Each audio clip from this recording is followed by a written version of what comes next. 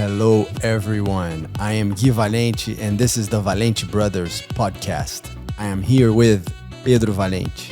Welcome, everyone. Very happy to be here. And Joaquim Valente. Hello, everyone. So we're back for another episode. We're going to talk about the role of parents in the practice of Jiu-jitsu, the early days of our journeys. I think we can talk a lot about it, even from a personal perspective. We all started training as young kids, and the role of our parents, grandparents, was instrumental for us to continue and to reach our objectives.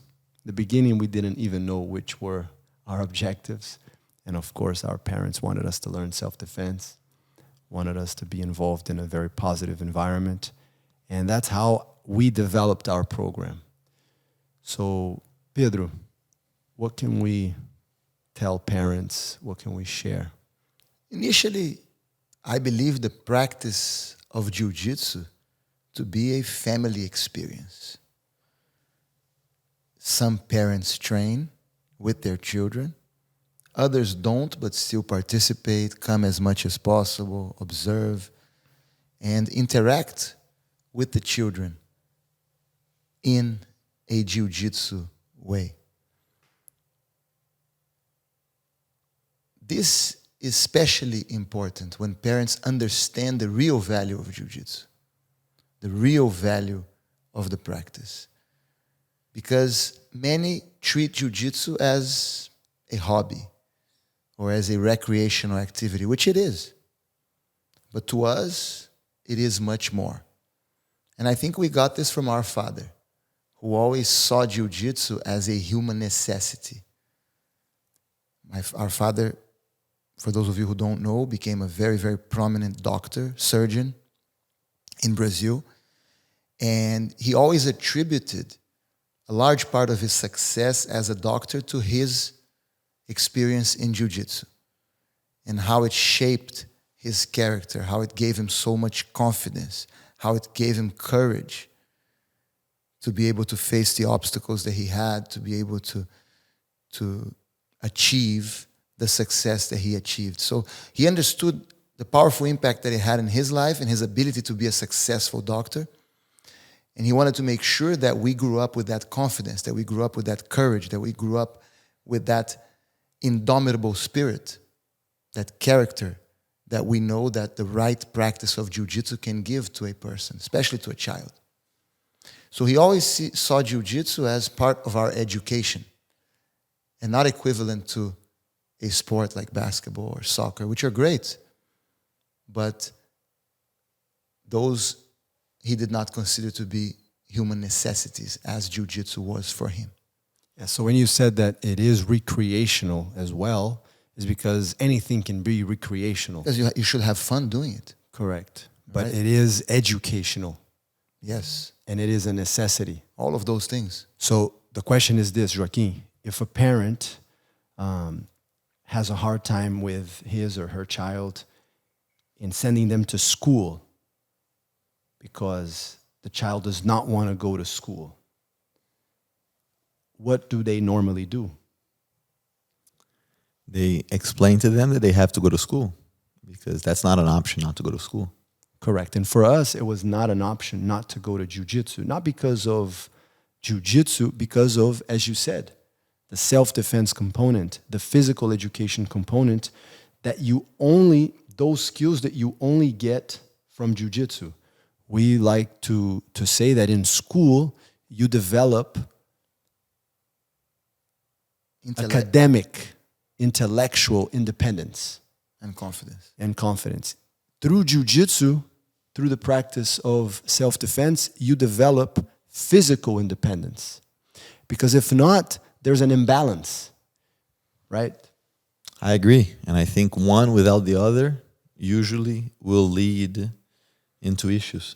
And issues that can be, taken care of in a very smooth way when someone starts training at a young age and continues to train throughout their life. And it's interesting because sometimes as you explain this to a parent who's having a trouble with their child not wanting to train or not wanting to join Jiu-jitsu, it's usually because the child feels that that option is available.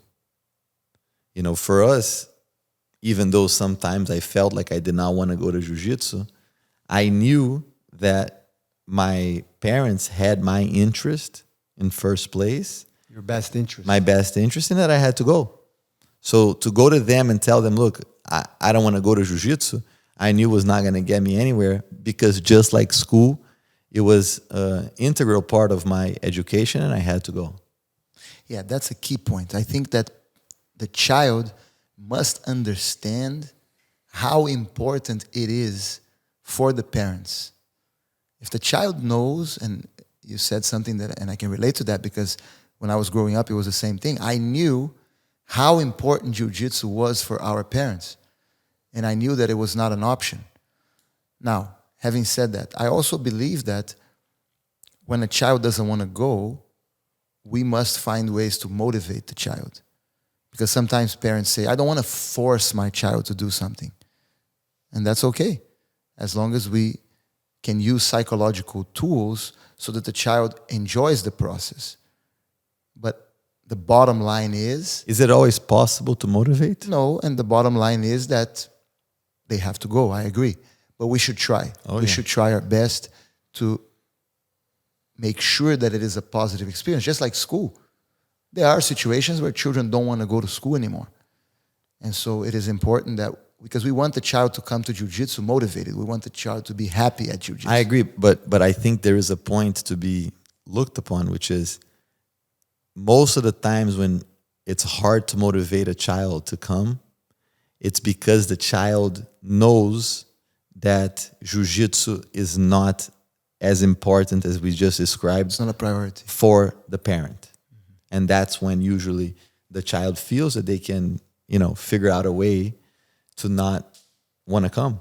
Correct. Because when the child understands, and that's why I think what Pedro said so well, Jiu-Jitsu being a family activity, right? Because once the family is involved and the father's training, the mother's training, everyone sees the importance as a family, usually it's much harder for those kind of situations to happen. Correct. I agree. I also believe that there needs to be a moment in this process to discuss motivation. But what is motivation? Motivation, like you like to describe, is based on motive, right? So Joaquim just gave a very good motive, very good reason, which is a family unity factor, almost a sense of dependability. But in the end, the motivation has to come from within. Of course, this is hard for a small child. We have our Little Champs program. Children can start at 3 years old. So we need, as instructors, we need to do a good job. But what is a common complaint that we get oftentimes from parents? Oh, my son, my daughter finds the class repetitive, right? That's because we're trained, we're built, designed to always need exterior motivation. And this morning I was talking about it with our class, our Fighting Foundations class, and this came to my mind as we were practicing the exercises that we do repetitively, right? Almost every single class. Hélio Gracie came to my mind. Because one could say, wow, this is boring. Every class we have to drop in base. Every class we have to break the fall. And of course, we're trying to build reflex. We're trying to build technique. But how do we find motivation to practice a technique every single time? And why did I think of Grandmaster Hélio?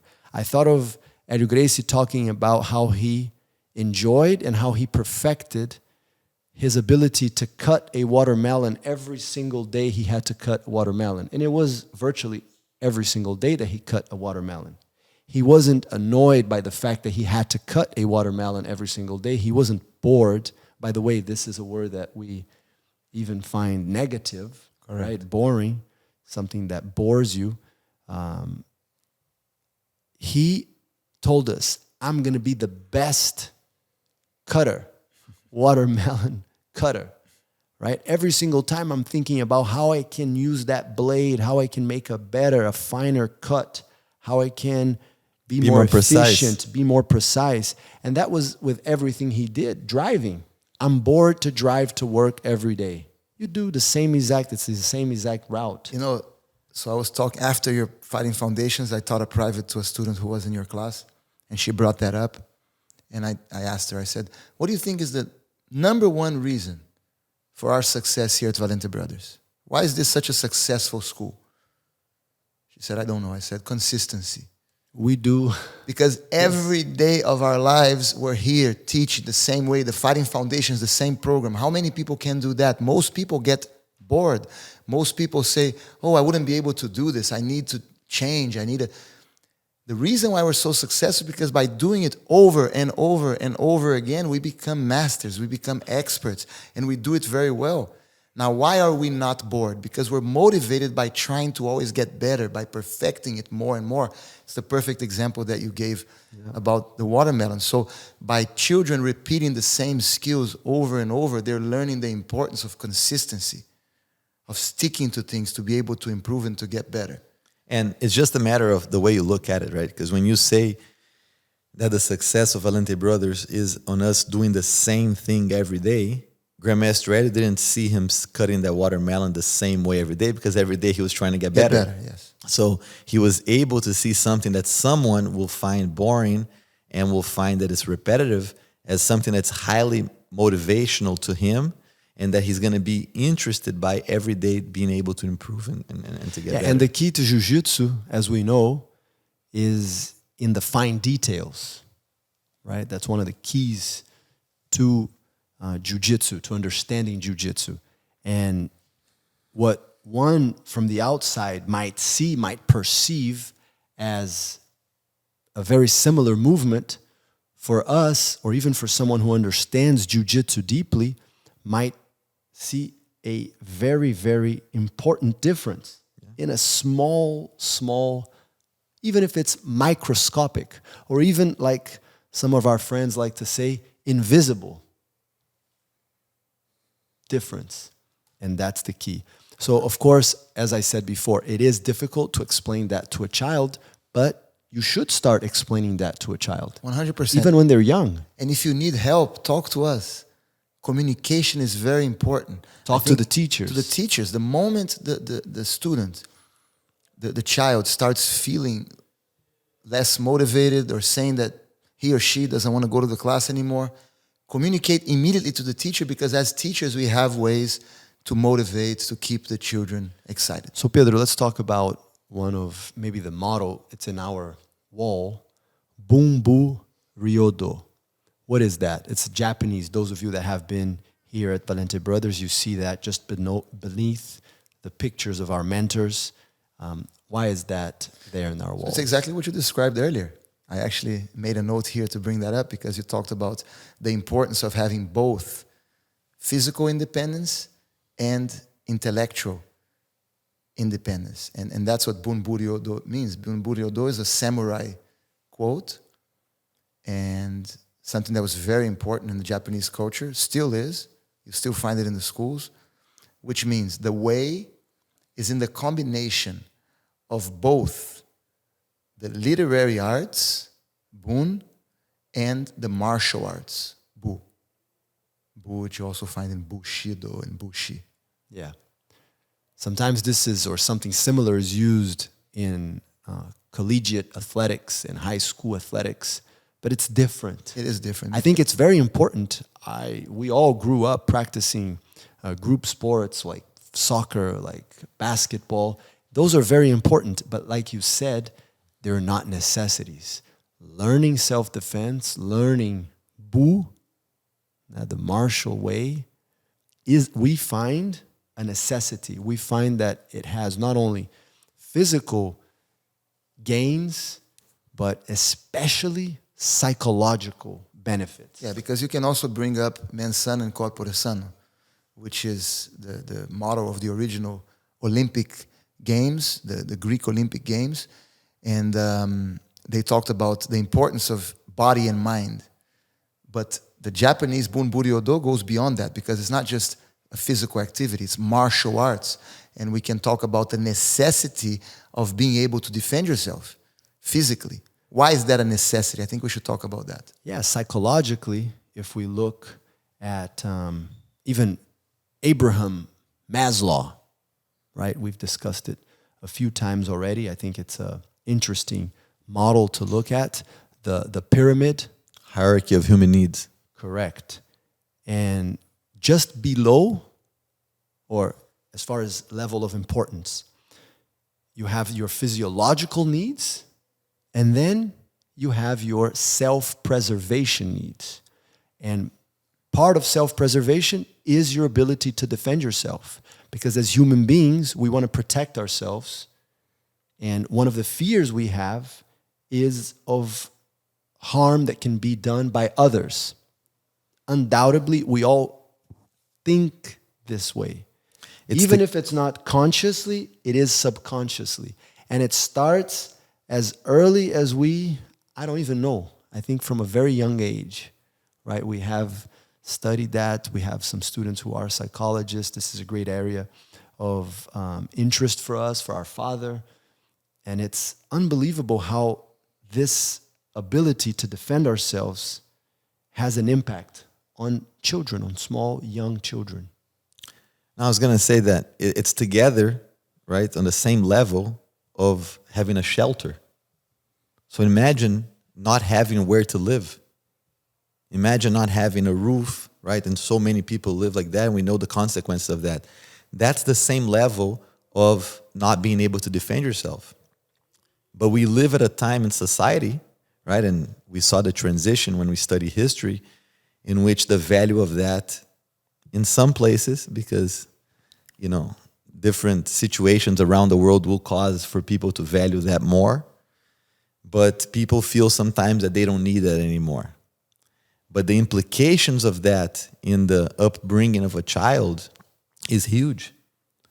And can be very damaging. Damaging when they don't have it. And that was going to be my question to both of you.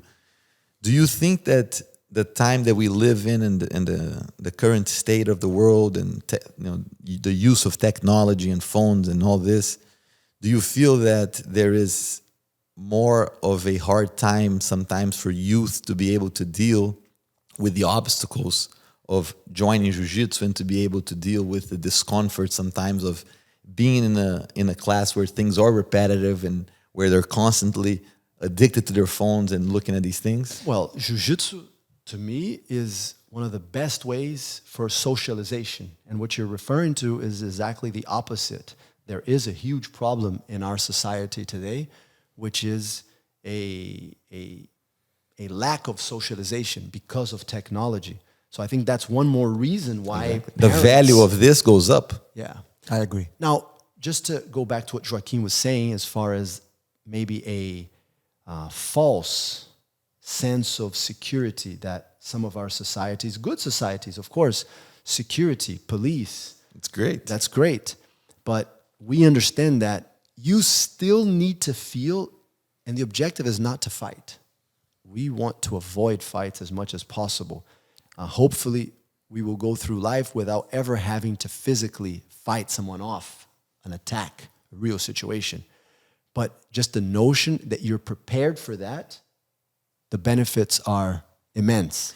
And I'm trying to remember, but I'm going to use the word in Portuguese. So what we're doing now in many ways is nós estamos terceirizando our We're ability. subcontracting. Subcontracting, is that the word? Yeah. I think so, right? Our fighting skills to others. And that's okay, but that's not enough. And, I don't want to sound like the prophet of the apocalypse, but we know that even we live in a very safe place, it's very fragile, right? That structure that is in place, that's amazing, and I much rather live with the structure. But it's very fragile. The other day, because I think of a storm or there was something, there was no fuel. Yeah, right? in Miami. And in Miami, it's common because of hurricanes, but this situation was not related to a hurricane. And in a matter of hours, right, maybe 12 hours that there was no fuel, the lines in the gas stations began to become huge, and people started getting into fights, right? And this is something that we're not even talking about the lack of not having food in the supermarkets. We're not talking about people looting and going into people's homes to rob. So these things have to be taken into consideration. And I think that as a parent, your biggest responsibility is to be able to give the tools to your child to be able to be independent, to be able to achieve everything they want in their life.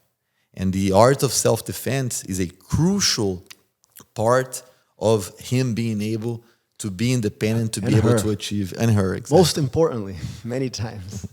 Let me say something, because yes, the structure is fragile, but even within the structure that we have today, I have a student who's in his 60s, and he was in a very high-end bar having a drink a few weeks ago. And some drunk guy turns to him and says, "Make sure you give her a good effing tip."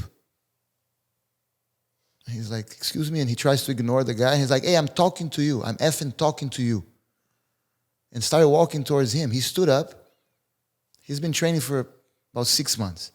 Put his hands up and said, "Sir, please stay away. Don't get too close." And then people came, broke it up.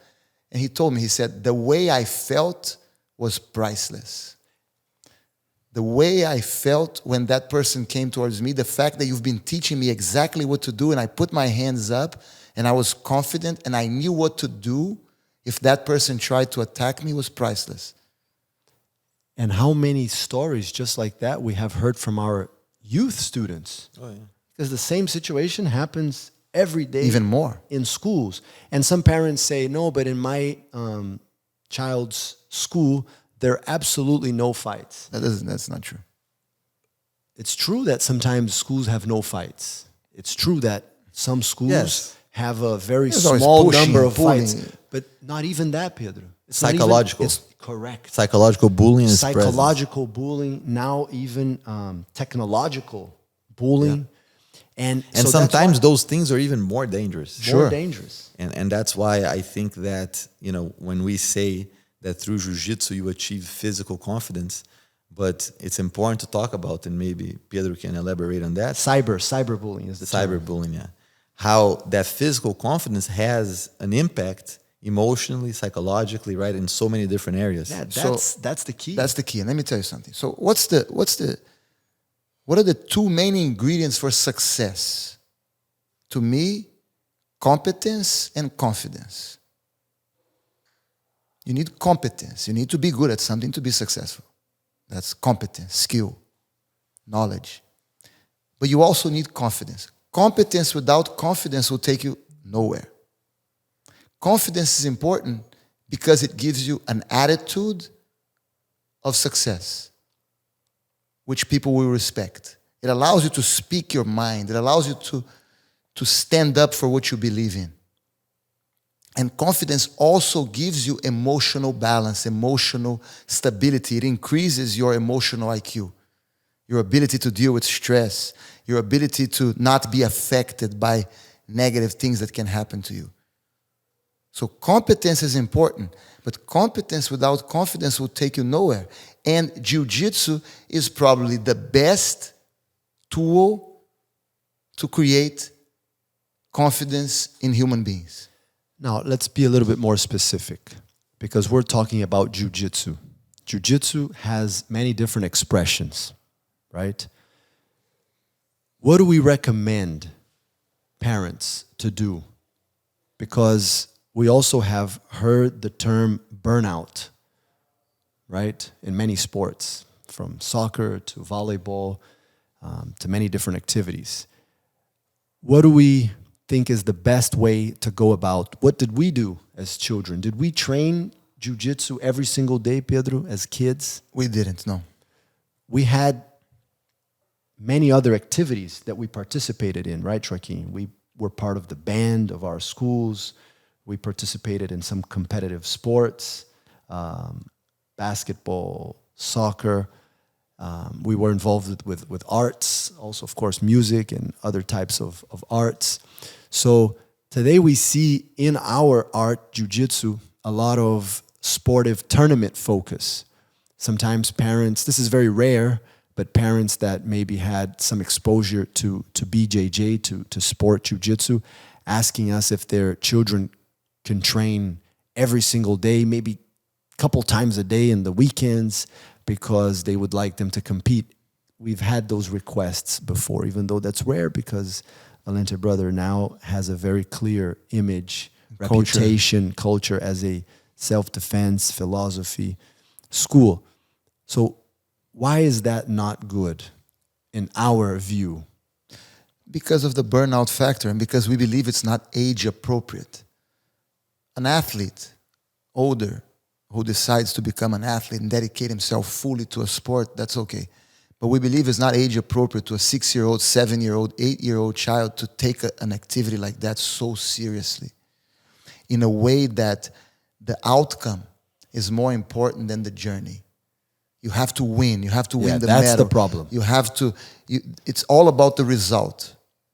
And many times I've seen that happen with kids where the parents put too much pressure, many times trying to live their own dream through the child, and the child ends up burning out and later gives up on the activity completely.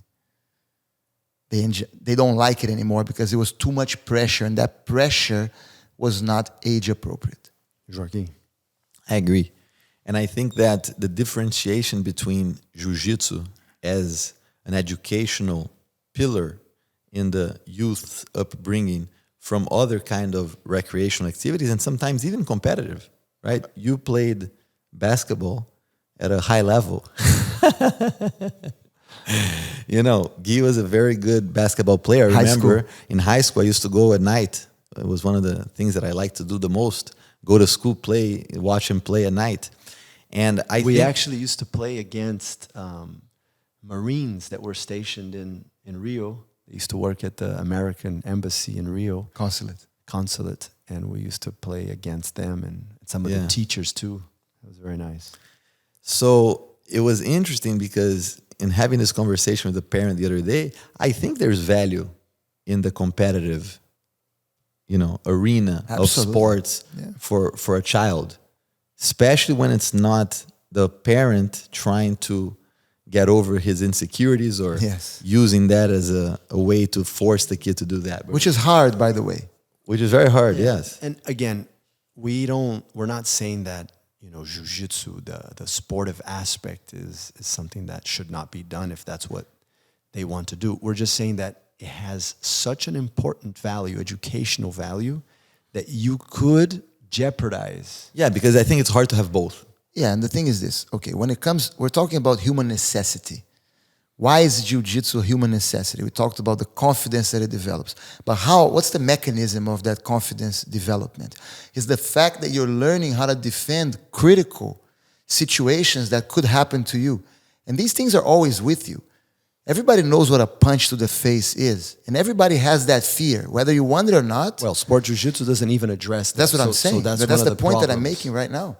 Is that what's going to give you the confidence is the fact that you're learning how to defend against those critical situations, like a punch to the face. So if the activity that you're involved in is not teaching you how to defend against a punch, how to defend against a kick, then it's just like basketball. If it doesn't address those scenarios, it does not really do the job in creating this confidence that I'm talking about, and it becomes another competitive sport. And I think there's another issue that you didn't mention, which is most kids that play basketball, they'll start playing basketball at what age?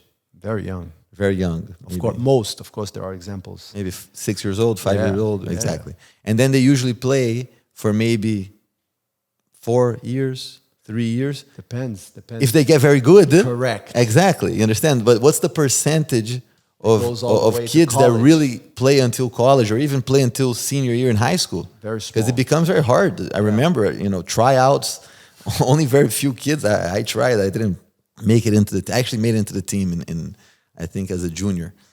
But I wasn't a very good basketball player. Just rebounding, elbowing people around.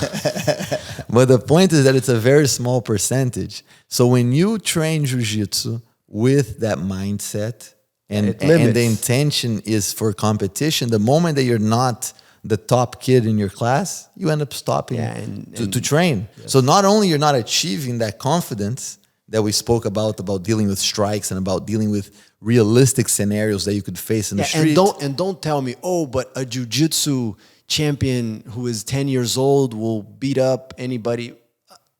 A football player. No, but I agree. Little linebacker but 10 years old who's tough. But do you agree that his confidence skills are increased? Of course. We cannot the ones who are winning deny this. Exactly. The few ones that stay have an increase in their confidence. Sure. But I also think that playing football will also increase their confidence. Sure. Playing winning increases confidence. Losing doesn't. Lacrosse, especially at a young age. Playing lacrosse will also increase your confidence, especially to have a bat in your. But I think the point that Guy was making is that what's the most optimal path for your child to be able to develop the Bunbu-ryodo, right? Having excellence in the academics side of things, and also in the physical confidence development of the child. Yeah, because we all want our children to develop great confidence. And let me just complement the Bunbu-ryodo with this. You have a lot of people with great intellectual confidence in academia, in the universities. You have brilliant minds. But many times, most of those brilliant minds don't have the physical confidence. If they're walking in the supermarket and somebody attacks them, they're going to freeze. In the street, you have a lot of people with great physical confidence. But many of them don't have the academic training, the intellectual confidence. And they'll freeze in an academic challenge situation. Correct. It's very rare that you have... Intellectual, not academic, intellectual. Correct. Challenge. And they will feel insecure. Yeah. I want my child to have both because that's such an advantage in life. Few people have both. When you have both, there are no limits. I agree.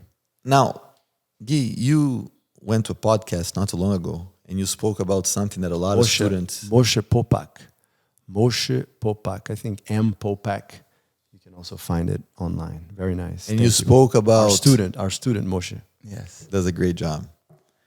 And you spoke about the importance of kids at a young age being able to rough play and rough housing. Right?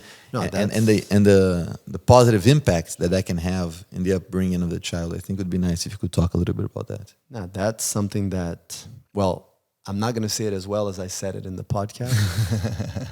But yes, this instinctual necessity that we're all born with. You see it in the animal world, in the animal kingdom. Puppies, all sorts of mammals playing with each other, right? And human beings physically many times physically grappling with each other. And we lost that. We lost that because many times in schools, right? Kids are not supposed to even touch each other. Of course, we don't want them to be fighting, but we lost that in many ways. And Jiu-Jitsu creates the perfect place for children to experience that, to grapple each other, to be in contact with each other in a way that they're actually learning how to do it safely, intelligently, and for self-defense. And how there are many studies right now showing how that greatly enhances the development of the human brain. Because now you see a lot of psychologists, rightfully so, discussing the benefits of it. But for us, we grew up with it. Our father talked about this, since I can remember. Of course, the brothers Carlos and Eddie, grandmasters, also talked about this a lot. So, yeah, that's a good point. Another great benefit. Any other points? I had something I wanted to say, but I forgot. We'll leave it for some other opportunity. Yes. Don't forget to please comment in these videos with your questions. It's always great. Some of you always comment, and we learn from it. If we left something out, always let us know. Anything else? I think it's a very important subject, and I hope this motivates the parents who still have not signed their children in Jiu Jitsu to do so, and for those who are already involved, that they are more motivated to continue.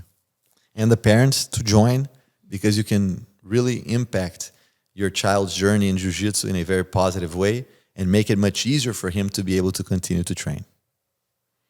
It's never too late. I agree. So thank you once again. Don't forget to like our video, to subscribe, and to share it with your friends. And also turn on the notification bell. Thank you so much. See you soon.